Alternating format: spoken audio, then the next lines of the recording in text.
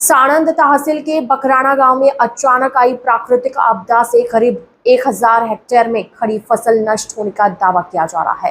किसानों का कहना है कि महंगे बीज, खाद और कीटनाशक खरीदकर तैयार की गई फसल बर्बाद होने से वे भारी आर्थिक संकट में है। किसानों ने प्रशासन से तत्काल फसल नुकसान का सर्वे कर उचित मुआवजा देने और बैंक व सहकारी समितियों के कर्ज में राहत देने की मांग की। इस न्यूज में इतना ही। अन्य खबरों के लिए जुड़े रहिए ITN नेशनल के साथ।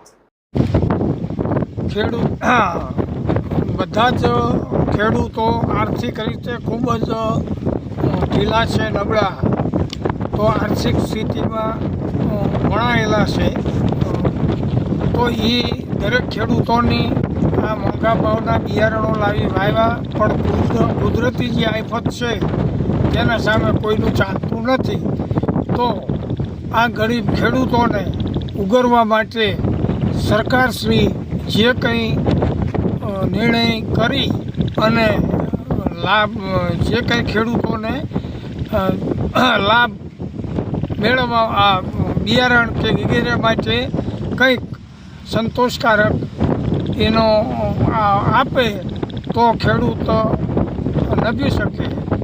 આજની પરિસ્થિતિ આપણે જોઈ શકીએ છીએ કે સમગ્ર ગુજરાતમાં આવી પરિસ્થિતિઓ ઊભી થઈ છે। બકરાણા ગામની અંદર કેટલા હેક્ટર નુકસાન હશે જમીનમાં આપણે વાવણ? બકરાણા ગામમાં હું માનું છું ત્યાં સુધી 700,000 હેક્ટર જેવું નુકસાન છે।